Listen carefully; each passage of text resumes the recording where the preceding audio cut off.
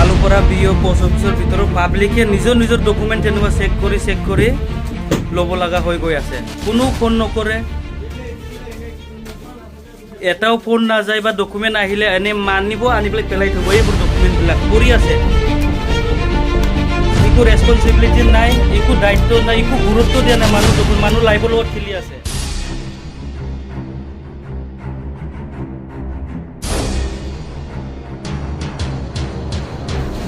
ইয়াৰ আধাৰ কাৰ্ডবিলাক চাব, চব পৰি আছে।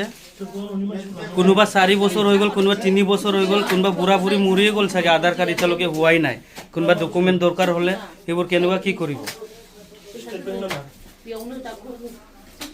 অকল পাছবুকৰহে কাম চলে চাগে ইয়াত। দাদা, ছেপ্টেম্বৰৰ আমাৰ চেলাৰী একাউণ্ট খোলা পাছবুক যদি এতিয়ালৈকে আহি নাপায়, তো এইটো আপুনি কিয় ফোন কৰা নাই বাৰু? একবাৰ কৈ দিব।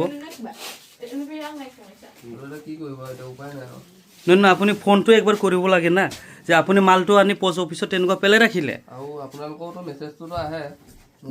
শুনক, পোষ্ট অফিচৰ ছাৰ্ভিচ কি আপুনি জানে? আপোনাৰ জব কোনে দিছে? তেনেহ'লে আপোনাৰ দায়িত্বটো আপুনি জানে না নাজানে? যিজন মানুহ আছিলে সেইজন এতিয়া নাই বৰ্তমান। এতিয়া এজন পিয়ন আহিব, এতিয়া কেতিয়া আহে কি আহে, সেইজন অহাৰ পিছত পিয়ন থকা হ'লেতো কিমান বছৰ হ'ল পিয়ন নাথাকা? সেইটো আপোনাৰ বহুত দিন হ'ল। মেইন কথাটো চিংগুল উইণ্ডত বনাই থ'লো। এতিয়া মই আপোনাৰ নিজৰখিনিয়ে কলাবাৰীৰ পৰাতো এবাৰ ফোন আহিব লাগে আমাৰ তাত। এটা ডকুমেণ্ট মানুহ আধাৰ কাৰ্ড চাওক, মানুহ ইমান এমাৰ্জেঞ্চি কোনোবা আধাৰ কাৰ্ড বনাই ইয়াত পেলাই থোৱা দেখি পাই আছোঁ মই। চব পূৰা আধাৰ কাৰ্ড ইয়াত য'ত ত'ত পেলাই আছে। আপোনালোকে কণ্টেক্ট নকৰিলে কাষ্টমাৰে কেনেকৈ আহিব কওকচোন? গাঁৱৰ মানুহটো চবৰ তাত পঢ়া লিখা নাথাকে, চবে মেছেজ কৰিব নাজানে। গাঁৱৰ মানুহেতো চবে পঢ়া লিখা থাকে জানো? আমাৰ বুঢ়া বুঢ়ীবিলাকৰ কাৰণেহে গাঁৱত দিছে। নয় বিধি প্ৰব্লেম মোনদों না মোনাখै? আপুনি মানে কি ধৰণৰ প্ৰব্লেম পাইছে ইয়াত? বহুত প্ৰব্লেম মানে ইয়াত পৰি থাকে। মই এজনটো এই আমগুৰি ল'ৰা এটা ATM হেৰি আধাৰ কাৰ্ড বহুত দিনৰ পৰি আছিলে। মই যেনে তেনে বাচি পেলাই তাত লৈ পেলাই দিলোঁগৈ আমগুৰিত। তেতিয়া সি মোক ভগৱান বুলি ভাবিলে। বাপৰে, মইতো আধাৰ কাৰ্ড জীৱনত নাপাম বুলি ভাবিছিলোঁ। ঘৈণীয়েকৰ হেৰি একাউণ্টতে আধাৰ কাৰ্ড চলাই আছিলে।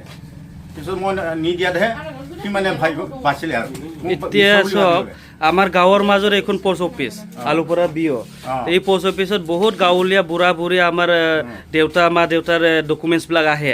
তেখেতে আপোনাৰ মোবাইল চলাব নাজানে, কোনোবা মেছেজ কৰিব নাজানে। তেখেতৰ যদি আধাৰ কাৰ্ড আহি গ'ল, এইজন মানুহে কৈছে কি মেছেজ চাবলৈ ক'লে কি হ'ব? মেছেজ চাই পেলাই আহি পেলাই নিজে উঠাব লাগে। পোষ্ট অফিচৰ দায়িত্ব কি হয় এইটো বুজাব লাগে। আপোনাক চাকৰি কোনে দিলে? বা আপুনি এক্সাম পাছ কৰি চাকৰি পাইছে না ঘুচ দি পাইছে? আপুনি নিজে চাকৰি মই পাইছোঁ, মই কৰি আছোঁ ভাবি লৈছে নেকি তুমি? ফাউণ্ডেশ্যনৰ এইটো আছিলে আপোনাৰ টকা পইচা লেনদেন হৈ অৰ্গেনাইজেশ্যনৰ। তেতিয়া ইয়াৰ পৰাই আমাৰ চেলাৰী চব যায়। এতিয়া 3 মাহ হৈ গ'ল, চেক আহি নোপোৱাৰ কাৰণে বেংকৰ পৰা আমাৰ একো ৰিপ্লাই হোৱা নাই, কাম কাজ পূৰা বন্ধ। বেংকত গ'লে ডকুমেণ্টটো নাপায় বুলি, স্পেচ হৈ গ'ল, ডেলিভাৰী হৈ গ'ল বুলি পোষ্ট অফিচৰ পৰা একো খবৰে নাহিলে আমি কেনেকুৱা গম পাম?